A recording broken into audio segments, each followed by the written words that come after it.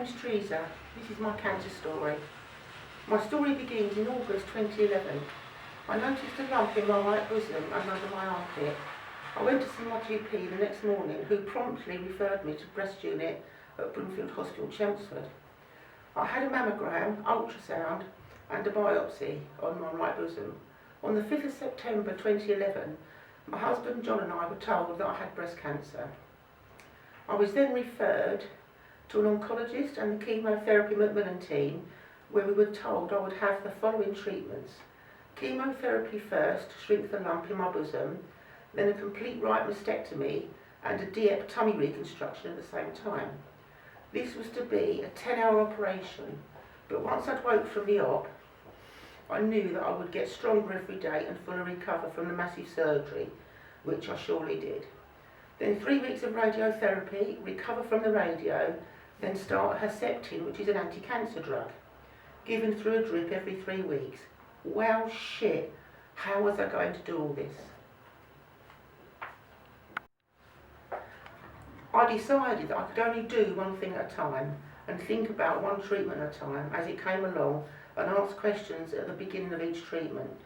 Our minds were completely all over the place with panic, worry, fear, dread, questions about cancer and our stomach in knots.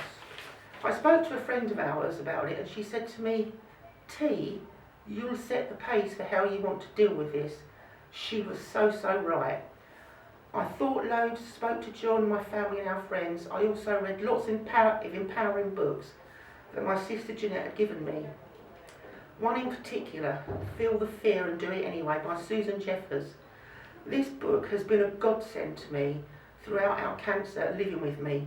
One quote which I love is, "There is nothing to fear because I can handle it." I'll reaffirm this every day and believe me, it bloody well works. I continued through each treatment, dealing with and asking questions about one at a time. I lost all my hair, my fingernails and toenails all fell out. My feet played up badly from one of the chemos, where I found walking difficult, fatigue, loss of appetite, but every single day I did my lipstick, powder and paint. Dressed up, did my housework, sometimes with some help, and continued to work. At that particular point in my life, I was looking after an elderly lady who lived in her own home. She had dementia. I continued enjoying my life. Then in May 2013, I went for a routine CT scan, saw our oncologist for the results, and he told us that it was in my lungs. If I'm absolutely honest, I wasn't truly shocked. I knew that the disease would eventually go somewhere else in my body, as it was already in my lymph nodes from the very start. I was to start chemotherapy again. It was a new target treatment, which meant this time I got to keep my hair, which I was really happy about. The side effects from this chemo weren't nearly so bad. Fatigue and reduced appetite, I could cope with that. I will stay on this chemo now until the disease starts to move again, which it will. I cope with the cancer in my lungs. I've had some time to get my head around it and find acceptance of what's happening inside my body. January 2014, went to see our oncologist for results of a routine bone and body scan, and we were told that bastard cancer was now in my pelvis and sacrum. Again, it was no great shock, although that we really were stunned that it was on the move so quickly.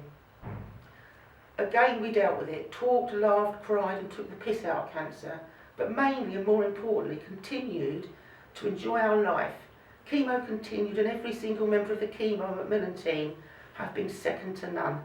The support, strength, understanding and care that they have given not just me, but my husband John and sister Jeanette have been outstanding. Having this team beside you every step of the way is so reassuring and supportive to all of us. December 2014, last year, I had this seizure in front of my husband John and my 3 sisters. I was talking to my youngest sister and I knew what I wanted to say, but when it came out of my mouth I could hear myself and it was completely muddled. My speech not making any kind of sense at all. Then I bit my tongue badly, my mouth full of blood, and I passed out. I woke up a few minutes later in the recovery position with the paramedics beside me, dazed. I was taken to Princess Alexandra Hospital in Harlow, There I had a CT scan, and needless to say, the bastard had now decided to settle in my brain, 4 brain tumours. I don't know how or why, but I knew it would go to my brain. We were also very shocked and stunned again at how quickly it was on the move. So 10 sessions of radiotherapy, which is why I've got no hair at the moment, to my head at Colchester General. I had to have this mask fitted. It was moulded for me, for the head radio. It was horrible, a pig, tight, claustrophobic, uncomfortable, but I lay on the table each treatment and said under my breath, I can handle this. It got me through it. Unfortunately, I will lose my hair again. But not my eyelashes, as the treatment targets above the brow line. Great, hated losing my lashes last time. I can cope with losing my hair again. Luckily I have quite a good shaped head when it's bald and enjoy wearing hats, scarves and sometimes one of my wigs. I've had so many medications pumped into my body over the last 3.5 years. I'm currently having my 6th different type of chemo. The other ones had failed. 3 lots of radiotherapy, 1 on my bosom, my pelvis sacrum and my brain.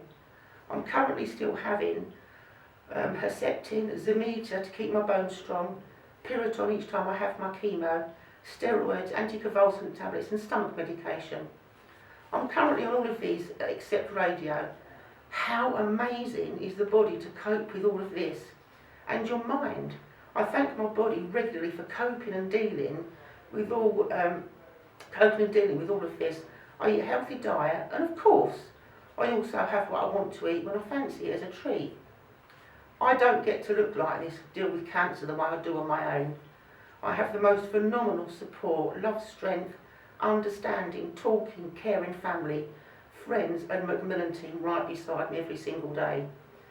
For me, setting the pace 3.5 years ago was the greatest thing I ever did.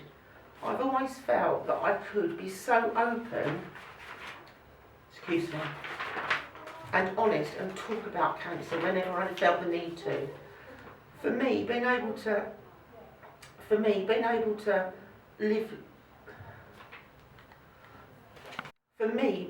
be like this has given me strength, determination, focus, peace, calm and acceptance of cancer living with me, which in turn has enabled me to continue being happy, content and enjoy every single day.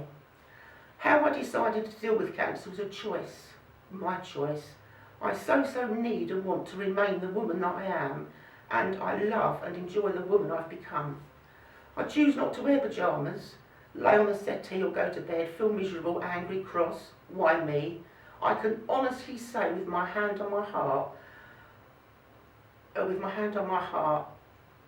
on my wonderful husband and our wonderful marriage to John, I have never ever had thoughts like that. I choose to talk, be open, honest, do my lipstick, powder and paint, my housework, turn the music up to a favourite song, laugh, go out, have family and friends for dinner, go shopping and make love. All of these positive things help me on a daily basis to have the courage, strength, determination, focus, energy and peace in my life to face whatever comes our way. It's simple, there's nothing to fear because I can handle it.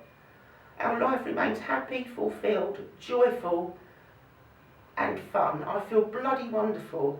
I'm in a really good place in my mind and in my heart.